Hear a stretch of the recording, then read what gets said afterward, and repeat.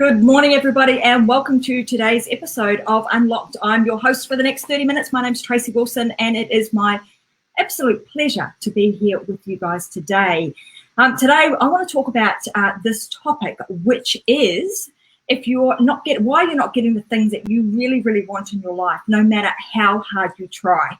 So let's talk about that. I'm going to talk about why that is the case and what you can do about it. So if you're feeling like that, man, I'm trying really hard, I want different things in my life, they're just not happening for me, and it doesn't matter how hard I try, then today's show will be perfect for you. Stick around and continue to watch and listen, because I will share with you how you can overcome a lot of that stuff. Now, if you're joining us for the very first time, welcome. I can't believe that we're now at episode number 14. Time absolutely flies. As I say, it flies when you're having fun, and also, when I jump on these, I always love to jump on here and, have some time with you guys. And I'm really enjoying when you guys message me and let me know, what it is that you're actually getting out of each of these episodes. So episode number 14, like I said, time really flies. If you are here for the very first time, this is a show that you would watch if you want to get more out of your life. If you want more for your business, more in your life, and more for your family, then this is the show that you want to watch, because that is all the stuff that I talk about, all the things that are absolutely real. And I unlock, my vault and the things that have gone on in my life to share them with you, in the hope that some of my challenges and also my triumphs will help you to, continue to build on your life and build something bigger, better, and more enjoyable for you as we move forward in this life that we are here for. As I say, we're here for a good time, not a long time. So let's make the absolute most of it. Also, if you're watching now, you're probably watching me either on Facebook, YouTube, or even listening to the podcast.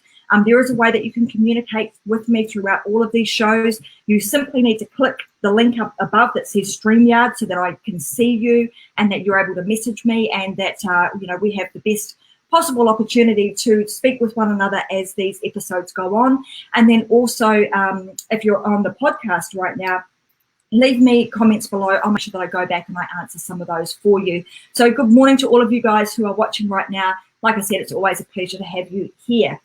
So I want to talk about this topic because it's something that I suppose it's dear to me, and I know that a lot of other people will be finding that they have challenges with this too. And sometimes it doesn't matter how much we want something in life.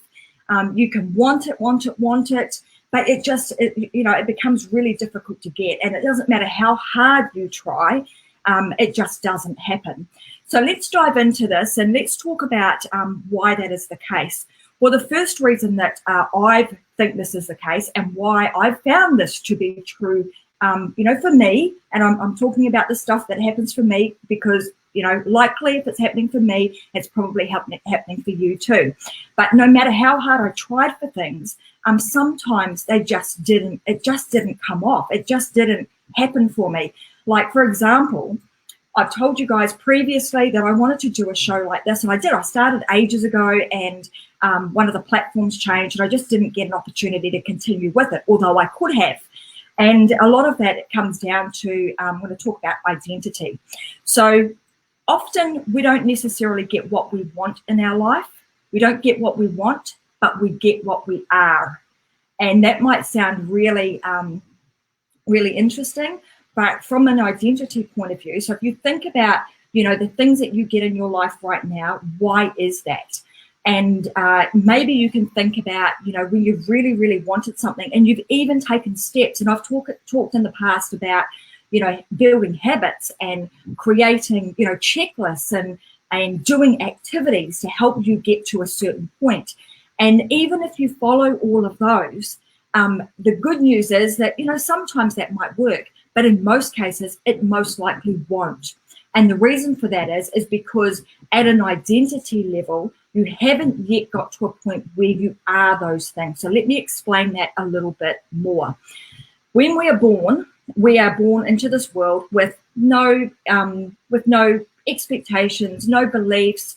We're born, we do probably three things: sleep, crap, and eat. And that's basically the three main functions that we do as a human being when we're born. And as we go through life, we get we learn different things, and we start to formulate our identity. And if you do some research, you'll find that a lot of experts will say that most of our identity as adults is actually ingrained into us before the time that we were 8 years old. And so that all starts out by us having various different experiences.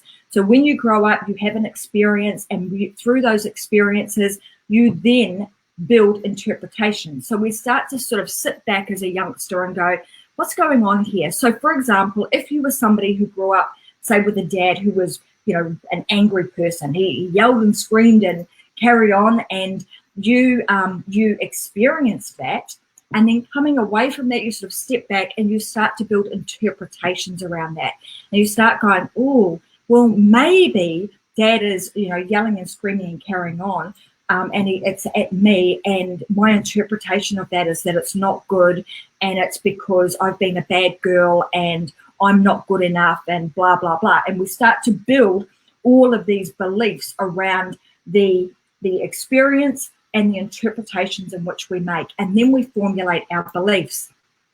And then again, as we get older or we continue through life, we take those experiences, those interpretations, and those beliefs, and we formulate stories around them. And those stories then become our identity. So I want to use, and I talked to my husband about this before speaking to you guys and kind of letting it out in the public space, but I was speaking to him a number of times. So he's struggled with his weight over 20 odd years. And he's an extremely fit person, and most people wouldn't think that he is fit, right? They would kind of look at him, and it's really interesting because he'll go to play, say, tennis or any sport, and the man is just amazing when it comes to anything sporting. But he's a big fella, so he turns up to the to a tennis court, and people sort of look at him and go, oh, okay, this is going to be an easy round because this guy's big. He's not going to be able to, get around the court very good. Then he gets on that court and he absolutely thrashes them. And then as a result of that, people will then say to him, oh my God, you're amazing. You like this. He belongs to a group of about 50 guys, and they do all sorts of like endurance type training. And when he goes, like, he would be one of the biggest guys there. But through, heart and his capacity or his ability to be able to use his mind to do all the things that other people, half the size of him and probably more what they would consider, in inverted commas, fitter than he is, wouldn't think that he would be able to do. But he comes away from that and people go, wow, you're amazing. You've done, really good. I can't believe that you did that. And he gets all this praise and all of these accolades. And we've had this conversation about, is that part of his identity? Has it become part of his identity in the sense that, he is a big person. He's able to go on a diet and he can trim down and look, really athletic and really thin. But then after a period of time, he goes back exactly the way that he was before. And part of the conversation that we've been having is the fact that I think that's part of his identity. That has become part of his ingrained identity, that he is a big person, and that he, as a big person, he is still able to do all of the things that somebody half his size and potentially fitter than he is, as well as them. And that's become, like a safety net for him. So I want you guys to think about, are there areas in your life, so where you've been trying to do something, you've wanted something really bad in your life, and you've tried lots of different things, but perhaps it hasn't happened. Now, part of that could well be because at the identity level, you are not yet that person. So I'm going to give you an example for myself. So I've talked about jumping on and just having conversations like this in the past. And in the past, I've thought, man, I've got to do, all of these things. I've got to be super prepared. I've got to do a lot of research. I need to be somebody who's gone to university. No one's going to listen to me, blah, blah, blah. And of course, those are all just stories. But those stories then form the identity. and then you start to live out that identity, right? So if you start thinking about when you were younger, what are the stories that you started to formulate for yourselves? What experience did you have as a young child? What were your interpretations back then? And what beliefs have you created from that? And then what stories have you created as a result of that? And if you think about it, think about somebody who might be a perpetual liar, somebody who, tells fibs all the time.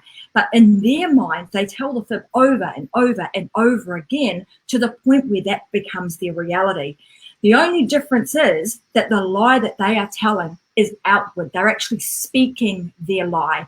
The difference is that you're speaking the lies internally. So the lies that you keep telling yourself inside your head become the identity that you live out. So if you think you cannot do something and you're continuing to tell yourself a story around that, then that story gets lived out in the behaviors and the actions in which you take, whether they be conscious or in most cases they will be absolutely unconscious things that you are doing, because that is part of the identity that you've formed for yourself, and that then becomes your safe haven. So this is a big part of why people get stuck get stuck and they're not able to move forward. They create themselves like this glass ceiling or a box that they cannot get out of. And it's like this invisible box that we create in our own mind, and that is created through the stories in which we tell ourselves. So one of the outcomes that I want you guys to think about today is, what stories have you been telling yourself for years and years? Quite possibly you picked up, if you're a female, you picked it up as a 10-year-old girl, an 8-year-old girl, and you continue to tell yourself that over and over and over. What are those stories that are actually no longer true, that do not serve you well in today? So if they do not serve you well today, and they're a story that you've been telling yourself from a young, when you were a young girl, they don't apply anymore. They don't apply to you as a 45-year-old woman. They're not the same stories that you were telling yourself back when you were 10 years old. So today is about understanding what are those stories that you've been telling yourself, and allowing yourself to free yourself from them, and utilizing some of the tools that we've been talking about in the Success Secrets for Business, Family and Life Facebook group. You've heard on Vicky's show, we've had numerous people on there talking about mindset, and I would highly recommend that you start looking at those, tapping, even using things like hypnotherapy, which you can go, I'll put a link in the description section after the show, of a place where you can go to get some hypnosis to help you overcome and let go of some of the old stories that may not be serving you well now. So I wanted to share those, a couple of really personal stories, and I know my husband won't. He was quite happy for me to share those, but it is very common. These are things that we would be doing regularly that will be preventing ourselves from kind of moving forward. In fact, last night, I've shared on another show that every Tuesday night we've been meeting with my family. So since this whole COVID thing and the lockdown situation has happened, we decided that as a family, big family, I'm talking having 25 to 30 families on a Zoom call every week, us talking about our family history and all sorts of just catching up. But what's been really interesting, I caught myself out this morning, as I was reflecting on our conversation last night. Now, on our conversation and our family kind of discussion, we were talking about ailments, and some of my older aunties, and they were talking about all the things, osteoarthritis, and we've got this problem and that problem. And it was really interesting because some of us then piped up and said, "Oh wow, fantastic, that's what we've got to look forward to."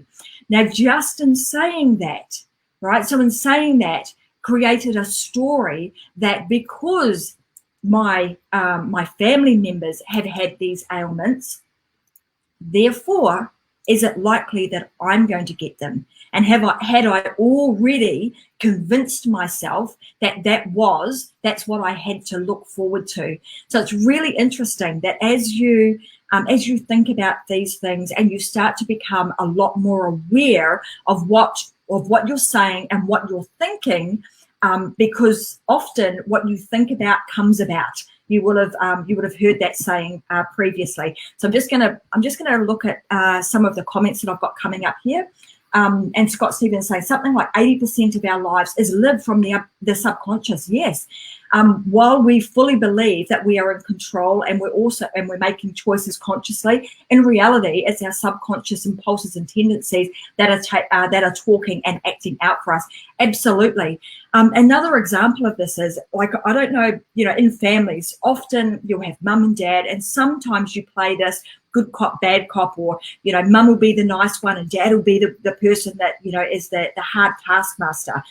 When we talk about that sort of thing, then what happens is we then take on that identity. We take on and do the behaviors that we think would be that a person who should be doing, should be the hard taskmaster, is we take on those behaviors. And often that really starts to, put you in a corner. It corners you in. So if you're giving yourself these particular roles, you're putting on all these these different hats that say, today I should be, when I'm in my team meeting, I should be a hard person. I should be somebody whom is not messed with. I should be somebody who is, giving the orders. That is the behavior in which you will display in that moment, because that's the identity that you have decided that you will pick up, and you will play the role of that identity in that moment. So what I want you to think about is just like, what identities are you actually playing out? What role are you playing in each moment? Something else that is, I've heard somebody else talk about, one of the mentors in another program that I was in, he was talking about how he wanted to become a drummer, and he'd never played drums before in his life. He, was starting to, he decided that one day, hey, do you know what? I want to learn how to play the drums. Never done it before, but I'm going to give it a go. And he started playing them, and he wasn't very good. And he kept going, and he wasn't very good. He was doing all the things that they said he should do. Read this, read the score. Do the steps that they were saying. He was following it, to the letter. But what he found was that when he sat in that drummer's seat, and he took hold of the drumsticks and he started to play, he did not take on the identity. He did not feel as though he was the drummer. He was still saying to himself that he does not know how to play drums. He is learning. He's never done it before. So all of these stories that were going on in his head were actually playing out in the way in which he was learning how to play the drums, and it was taking him a lot longer. What he then did is he started to change his mindset, and slowly but surely he sat in that drummer's chair, and he was like, okay, I am a drummer.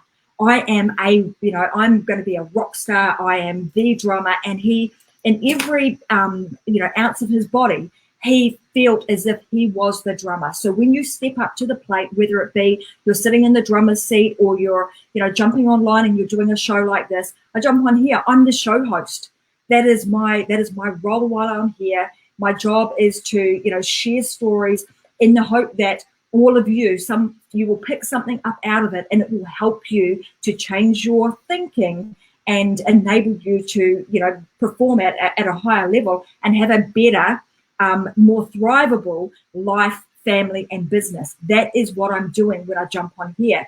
So in everything that you're doing, what is your intention? When you assume that role, what are you stepping up to the plate to be? Are you stepping up to that plate to hit a home run, or are you stepping up the plate just to swing the bat? So, you need to make a decision as to which are you going to do, because if you're stepping up to that plate to make a home run, then the likelihood of you probably making a home run would be pretty high. And I'm just realizing that I'm looking at my camera over here, and I think you guys are actually over here. So today I've just noticed that my good camera is not going. So I will make sure that I turn over here and actually look you guys in the eye, thinking that I was down there. See, so just wanted to make sure that have the conversation today around often we really want, or we need, we really want things in our lives, but often we can't get there. And it's not because you don't want it, you haven't prayed enough, you haven't visualized it enough, you haven't, tried all of the, you are looking at us over here, I'm looking at you there, that, you haven't done all of the powers of attraction, the law of attraction. I'm really wanting to attract all of these things. That doesn't work unless you actually become that person, like internally, that you are. I was right. I'm looking at you there. Okay, weird. All right, poor bananas. I thought I was over there. It was just strange. My camera was a little off. Anyway, so we digress. So just wanted to, for you guys to understand that it doesn't matter what it is that you actually want in your life. It doesn't matter how hard you try. You've really just got to make sure that as the person that you are internally, that you really work on that. You've heard me say that time and time and time again, because transformation happens on the inside first before you actually see it on the outside. And true transformation is not just having, doing a little bit better here and there. It's actually doing full transformation. It's like really thinking about who do I have to show up as? Who do I need to become before you can, have the things that you want or do the things that you want? So you really need to start within, become that person, show up as that person, assume the identity. It will really help you to stop having, let's say, in inverted commas, the identity crisis. I'm going to tell you another little story about that, because as far as like an identity crisis is concerned, I don't know about you, but I've gone through that. And for most of you who've been listening for some time, you'll understand, or you'll know that in my previous life, before I was an entrepreneur and doing my own thing, I worked for a large corporate bank. And whilst I was working there, I was the regional manager. And as a regional manager, wow, you were somebody. You were someone it was powerful, that had, I had a lot of people reporting to me, and that I was responsible for a lot of stuff. And when you told people that you were a regional manager for a bank, well, they thought, wow, you must be really, really clever. You're powerful. You're you are somebody. And then I left that and I stepped into the entrepreneurial world.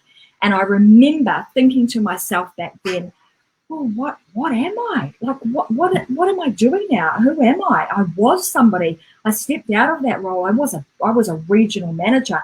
Now what am I? And you have to go through this process of like recreating yourself, retelling new stories that build up your confidence and build up who you are, so that you then are able to show up as that person and not be, not try and be something that you're not. So, it's like the layers of this are that we have our experiences, we learn from those experiences, we interpret those experiences to then mean something for us, whether it be a good thing or a bad thing, and we then formulate our beliefs around the experiences and the interpretations that we've made. Those beliefs then become the stories that we continue to tell ourselves over and over and over. And if you remember, when you tell yourself a story over and over and over, so many times, it becomes your reality, whether it is or it's not. So telling your story, so often what we've got to do, if those stories don't serve us anymore, if they do not serve us well now, what do you need to do? Well, you need to start telling yourself a different story. You formulate new stories that create who you are and what you're going to be. One of the things that's worked really well for me in the past is like doing a vision board and even writing to my future self who I am and what I'm going to be. And it's been really interesting. I've done this a number of times over and over again. And in one case, I did this vision board. We moved house. I put it down in in the basement or in our apartment cage, and I'd completely forgotten all about it. And then when I went to clean out our apartment cage one day, I opened it up and I was like, oh my God, this vision board that I've created here with all these pictures on it, I've pretty much done everything that was on that vision board. So it's super, super powerful, and I can do a whole session on like creating a vision board. But these sorts of things, really do help. So it's not doing one thing in isolation, it's doing all of these things kind of together that create the story that then create the new identity for yourself, because it's like the infinity, the figure 8, the infinity. Your stories create your identity. You continue to tell that story. It perpetuates into more of your identity. So the way in which you change all of that is you're going to start changing your stories. The way that you start changing them is just sit down, get out a piece of paper and a pen and start writing, writing to yourself, write out and start formulating what you want your future self to be, to do, to have. And then when you do that, you'll start to bring that to life. You'll start to be that person that you need to be to have the things that you want. That will then start to formulate part of your identity, and then things will become a whole lot easier and simpler. Together with these two things, so you've got kind of like the identity, and then you've also got your values. I want to talk about this in another session, because to me, both of those go together. And I've had some instances, I had like an aha moment where, those two, when I brought those two things together and I understood that creating the identity for myself, but then also aligning that identity with my values, then all of a sudden, poof, that's when, sort of magic started to happen, and, started to get a lot of really good momentum. So I want to keep that for another session where I'll talk about values, but also that could well be one of the reasons why you're not getting what you want in life, is because what you want doesn't align with your identity. You're always going to revert back to your identity. Hence the reason that people win lotteries and they win millions and millions of dollars, and then a few months later they are broke again. Why? Because they, at the identity level, they didn't think of themselves as a rich person. So what your identity does is it will do everything it possibly can to get you back to balance with your identity. So if you think that you're a poor person, you're going to have money come and money is going to go, because that's what you think you are at the identity level. And as we know, as humans, we are our brain, our conscious brain, subconscious mind will do whatever it can to keep us safe, and that becomes our safe haven. We go back to where our identity is truly at. So I want to save the values for another session, but let's talk about that next week. What we do have coming up on Friday, I've got a bit of a special guest that's going to be joining us. So I want to let you know that a guy by the name of Chris Brunetti is going to be joining me. So he's based here in Australia, and he is a absolute whiz when it comes to developing SaaS products. So and also membership programs. So one of the things that we've been talking about on the show is like how to create an income, how to create alternative streams of income and diversify so that you are self-sufficient, so that you have sustainability and profitability over a long period of time. So one of the ways in which we can do that is by utilizing some of the tools that Chris is going to be talking to us about. And he's worked with some very high profile people who are extremely successful. So I'm going to be picking his brain, unlocking his vault so that he can share with you guys exactly how to do it and the tools that he uses. So stay tuned for this, My Friday, which will be Thursday in America, but that will be episode number 15 will be with Chris Brunetti, who is the owner and founder of a program called Members Pro, which we are also using here at Metadyne, and we will uncover what we're doing with that also in the show. So I'm looking forward to that. So today's show, I hope you guys enjoyed it. I want you to understand that, it's not your fault. I don't want to give you rah, rah, rah and hype. However, the thing is that you have the power to change this stuff. You are the person who holds the key. You need to just put that key in your own lock and unlock yourself so that you can build the family, the life, and the business that you've dreamed of. It is possible if you do the things that we're talking to you about here. So that being said, thank you so much for joining me today. It's always my pleasure to have you here. I'm pleased that you are here with me today, and I look forward to seeing you guys again on Friday. Have a fantastic day, and I'll talk to you again soon. Bye.